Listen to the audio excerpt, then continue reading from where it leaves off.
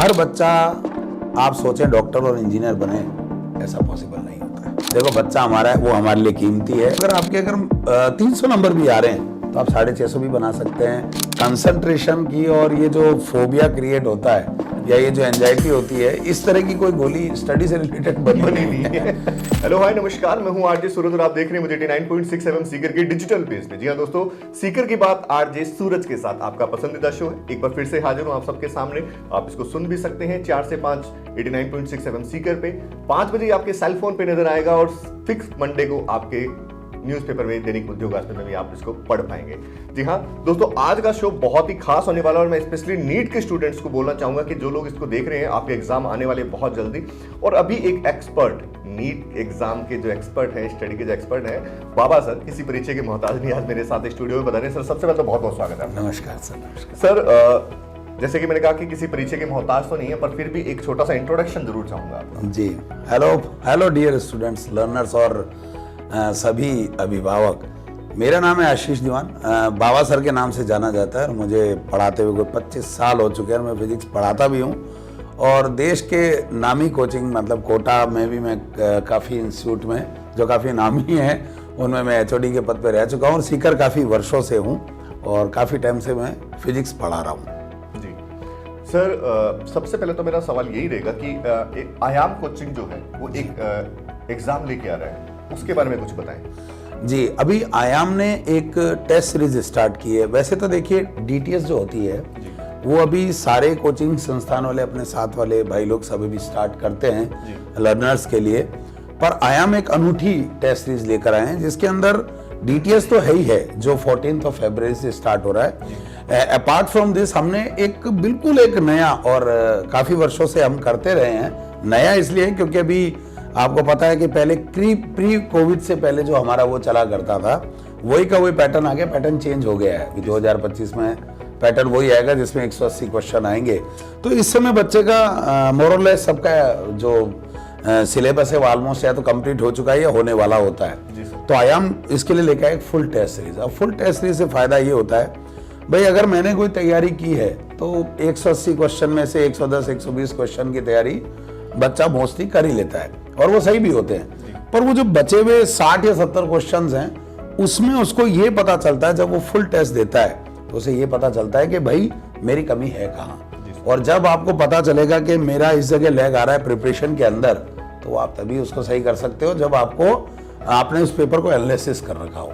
आपकी एक्यूरेसी भी बढ़ती है, आपकी स्पीड बढ़ती है और आपके कॉन्सेप्ट भी डेवलप होते जाते हैं। तो वो फुल टेस्ट सीरीज अभी एक अपने आप में एक अलग चीज है और उसमें बहुत सारे प्राइजेस भी हैं। ओके, चलो प्राइजेस की भी बात करेंगे हम, पर मैं एक क्वेश्चन है मेरा एज ए स्टूडेंट्स, जो उनकी तरफ से मैं आपसे पूछना चाहूंगा कि ये इस तरह के जो एग्जाम्स होते हैं उनमें मैंने देखा काफी सारे स्टूडेंट्स ऐसे भी है जो एवरेज रहते हैं, काफी कम मार्क्स रह जाते हैं उनके किसी भी कारण से, मान लीजिए, तो उन बच्चों के लिए किस तरह से बेनिफिशियल रहेगा? बिल्कुल, देखिए अभी आपका एक सवाल बड़ा अच्छा लगा मुझे कि ये जरूरी नहीं होता कि भाई किसी बच्चे के मार्क्स अगर मान लो 600 आ रहे हैं या 650 आ रहे हैं तो वही नीट के अंदर सेलेक्ट होगा।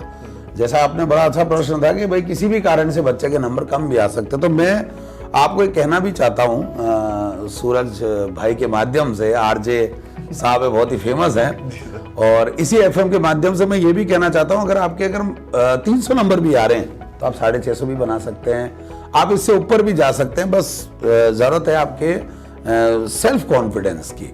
तो मतलब ये टेस्ट सीरीज जो है उसमें डिप्रेशन की तो जरूरत भी नहीं है। मतलब ये भी नहीं है कि किसी बच्चे के अगर पूरे साल अच्छे नंबर आ रहे हैं तो वो हर बार ही अच्छे नंबर लेकर आएगा, कोई ना कोई कारण रह सकता है। तो वो जो 300 वाला है, बिल्कुल वो भी 650-700 नंबर आराम से ला सकते हैं। जी सर, नंबर्स की भी बात हो गई है कि बच्चे को पढ़ना चाहिए, उस तरह से कॉन्फिडेंस, सेल्फ कॉन्फिडेंस की बात हो चुकी है। जनरल मैं चाहूंगा कि शेड्यूल क्या रहना चाहिए स्टूडेंट्स का, किस तरह से उनको पढ़ना चाहिए? बहुत आपके पास 25 साल का एक्सपीरियंस सर, हजारों डॉक्टर्स बनाए हैं आपने, जी, इंजीनियर्स भी बनाए हैं आपने। तो मैं ये जानना जरूर चाहूंगा सर कि उन बच्चों को किस तरह से, क्योंकि बहुत सीमित समय बच्चा है, बच्चों का बहुत कम समय बच्चा है, तो वो किस शेड्यूल से पढ़े, किस तरह से पढ़े कि उनका जो एक सिलेक्शन मार्क जो है वो अच्छा बढ़ जाए। देखिए बच्चों, सबका टाइम टेबल जो होता है वो एक अलग अलग होता है जी। किसी बच्चे की पढ़ाई, मतलब हर एक का अपना है। जैसे मुझसे रात को 11 बजे के बाद मुझसे पढ़ाई नहीं होती थी तो मैं सो जाता था, पर मैं सुबह 4 बजे उठ जाता था। पर ये नहीं है हर आदमी के लिए लागू नहीं है, किसी की कंसंट्रेशन लेट बनती है। पर सबसे पहला मिनिमम 6 से लेकर 7 घंटे सोना है। मतलब मुझे लगता है कि आप प्रिपरेशन कर रहे हैं और अगर आप ये सोने के साथ ही कंप्रोमाइज कर रहे हैं तो ये जो मेंटल जो अपना ये जो थकान आ रहा है ना, ये नहीं आना चाहिए।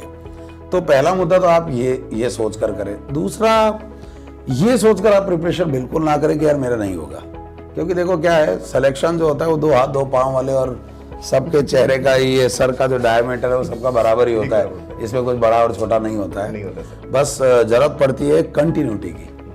एक गॉसिप में ज्यादा ध्यान नहीं दें, इधर उधर भटके नहीं, एक ही चीज, एक ही डायरेक्शन और एक ही जगह पर आप उस पर पूरा टारगेट करें।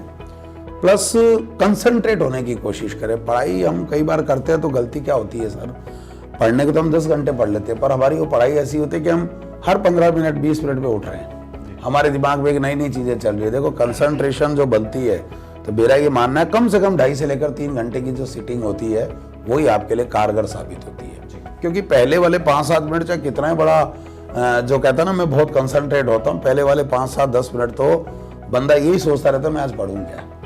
कभी उसको लगता है मैं फिजिक्स पढ़ूँ, नहीं चलो केमिस्ट्री पढ़ लूँ या बायोलॉजी पढ़ लूँ। तो ये कंसंट्रेशन बनानी है तो आपकी सिटिंग 2.5 से 3 घंटे तो होनी चाहिए, एक सिंगल सिटिंग। और कंटिन्यूटी से पढ़ें। अभी भी देखो वक्त है इतना कि सर अभी भी अराउंड 85 से 90 दिन के बीच में भी हमारे पास इतना टाइम बच रहा है और हमने अब ऑलमोस्ट ऐसी जगह पर हैं जहां हम मतलब हमें उसको शेप देने की जरूरत है जो हमने प्रिपरेशन कर रखी है। तो और कंसंट्रेट होके करें और इधर उधर ध्यान नहीं दे। मतलब मैं बार बार यही इस पर इसलिए मैं जोर दे रहा हूँ क्योंकि इस समय आकर बच्चा क्या है, यार ये पढ़ लेता हूँ, मैं वो पढ़ लेता हूँ, मैं ये कर लेता हूँ, ये थोड़ा सा गलत काम है। और कॉन्फिडेंस रखें और मस्त होकर पढ़ाई करें। सर कॉन्फिडेंस की बात की तो जब जैसे जैसे एग्जाम नजदीक आते हैं जी, तो बच्चों की जो है वो एक टेंशन बढ़नी शुरू हो जाती है, बिल्कुल घबराहट में चला जाता है जी, एंजाइटी फील करने लग जाता है। सर उन बच्चों को कोई मोटिवेशन कीजिए, बहुत अच्छा एक्सपीरियंस रहा है आपका। हाँ देखिए बच्चों, एक चीज और है कि कंसंट्रेशन की और ये जो फोबिया क्रिएट होता है या ये जो एंजाइटी होती है, इस तरह की कोई गोली स्टडी से रिलेटेड बनी नहीं है।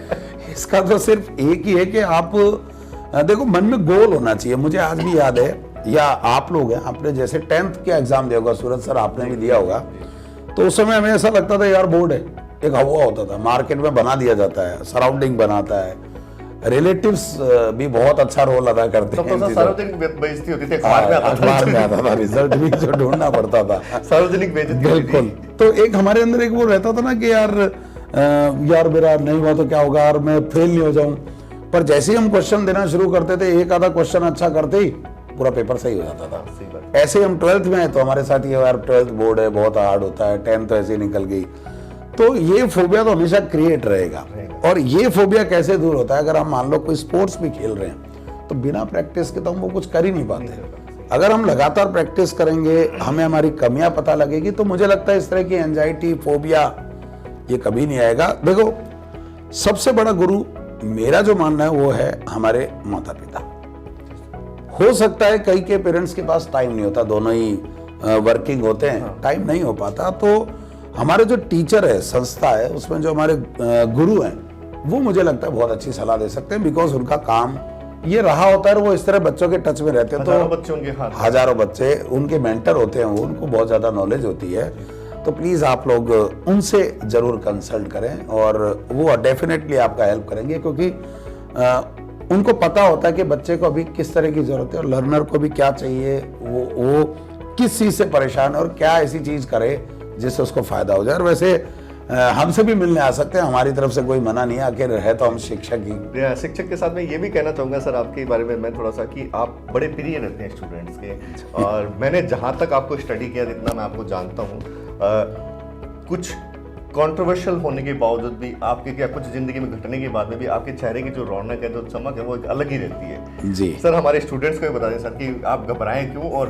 कितने खुश रह सकते हैं। जी देखो, मुझे ऐसा लगता है कोई भी टारगेट पूरा करने में आपका सेल्फ कॉन्फिडेंस और आप देखो एक ऑरा होता है, मतलब आप खुश रहते हैं, सुबह उठते हैं, उठते ही सोचने के 2 तरीके हैं। मैं आईने के सामने खड़े होकर अगर ये सोचूं कि यार जिंदगी में मेरे साथ बुरा ही होता है, तो ना चाहते हुए बुरा होगा। मैं अगर सोचूंगा भी ना कि भाई मैं रास्ते में जा रहा हूं तो मुझे कोई गलत चीज मिल सकती है तो मुझे मिलती है, क्योंकि वो मैं एक अपने चारों तरफ एक सराउंडिंग एक ऑरा ऐसा क्रिएट कर देता हूँ। तो ट्राई करते हैं कि इस तरह की नेगेटिविटी नहीं रहे, और खुश रहने से क्या आसपास भी अच्छा लगता है। जैसे यही सब चीजें मैं आपसे भी सीखता हूँ कि हमारे सूरज सर भी बिल्कुल मस्त रहते हैं, खुश रहते हैं। तो मुझे लगता है कि हम जैसे हैं तो वैसे हमें मिलते भी जाते हैं। और खुश रहने से आपको क्या होता है, प्रेशर नहीं आता और सब कुछ अच्छा होना शुरू हो जाता है, मुझे ऐसा लगता है। तो कोशिश यही करते हैं। बिल्कुल सर। सर चलते चलते मैं यही चाहूँगा कि नीट के स्टूडेंट्स हैं या जो भी जी स्टूडेंट्स हैं, हमारे सीकर का बेस है। बिल्कुल। तो आप उन स्टूडेंट्स को, उन अभिभावकों को क्या संदेश देना चाहेंगे? एग्जाम आने वाले हैं, तैयारी करनी है, कर भी रहे हैं बच्चे, बिल्कुल कर रहे हैं। उनके लिए मोटिवेशनल कुछ अच्छा सा बता दीजिए सर। बिल्कुल, देखो मैं सबसे पहले तो जितने भी अभिभावक हैं उनका तो हाथ जोड़कर निवेदन और अभिनंदन और नमस्कार करता हूं, पर मैं आप लोगों से एक रिक्वेस्ट जरूर करना चाहूँगा। देखो, हर बच्चा आप सोचें डॉक्टर और इंजीनियर बने, ऐसा पॉसिबल नहीं होता है, लेकिन उस बच्चे को हम मोटिवेट कर सकते हैं। बच्चे को हम जो जिसकी डायरेक्शन कहीं और है उसको हम एक डायरेक्शन दे सकते हैं, पर उस पर एक प्रेशर ना क्रिएट करें, क्योंकि देखो सारा प्रेशर जो बच्चे पर क्रिएट होता है वो पेरेंट्स से होता है, आसपास की सराउंडिंग से होता है। आप उसको बिना प्रेशर के अगर आप उसको मतलब फ्री कर देना कि आप ढंग से तैयारी करो, हमें आप पर विश्वास है, तो इस टाइम में जो बच्चे को सख्त जरूरत पड़ती है पेरेंट्स की और संस्था की और उसके गुरु की जरूरत पड़ती है कि वो उस बच्चे को मोटिवेट करे। देखो बिलीव कीजिए, बच्चा, हमारे बच्चे में बहुत सारे गट्स हैं और हमारा बच्चा बहुत कुछ कर सकता है। ये जरूरी नहीं है कि डॉक्टर इंजीनियर बन के सब कुछ करे, लेकिन ठीक है, उसने एक टारगेट खुद ने अपने मन से चूज किया है, या आप भी चाहते हैं, चाहत सबकी होती है और होनी भी चाहिए, तो उसका साथ दें, उसके रास्ते में आकर किसी तरह का हर्डल क्रिएट ना करें और उसको इमोशनली ब्लैकमेल ना करें कि बेटा अगर तेरा नहीं हुआ तो यार ऐसा हो जाएगा, समाज में हम क्या कहेंगे, ऐसी चीजें नहीं होनी चाहिए। देखो बच्चा हमारा है, वो हमारे लिए कीमती है, बच्चा आपके लिए सोचता है, क्योंकि कहीं ना कहीं आप भी स्टूडेंट जीवन में रह चुके हैं, आप विद्यार्थी रह चुके हैं, आपने भी बहुत चीजें फेस की होगी, आप पर भी सराउंडिंग, आपके एनवायरनमेंट, आपके रिलेटिव, आपके पेरेंट्स का बहुत दबाव आया होगा, तो कम से कम जो दबाव आपने महसूस किया हो जाने या अनजाने में, वो अब बच्चे पर नहीं आना चाहिए। और बच्चा कॉन्फिडेंट होकर, आपके लिए तो मैसेज यही है, बिल्कुल कॉन्फिडेंट होकर तैयारी करें।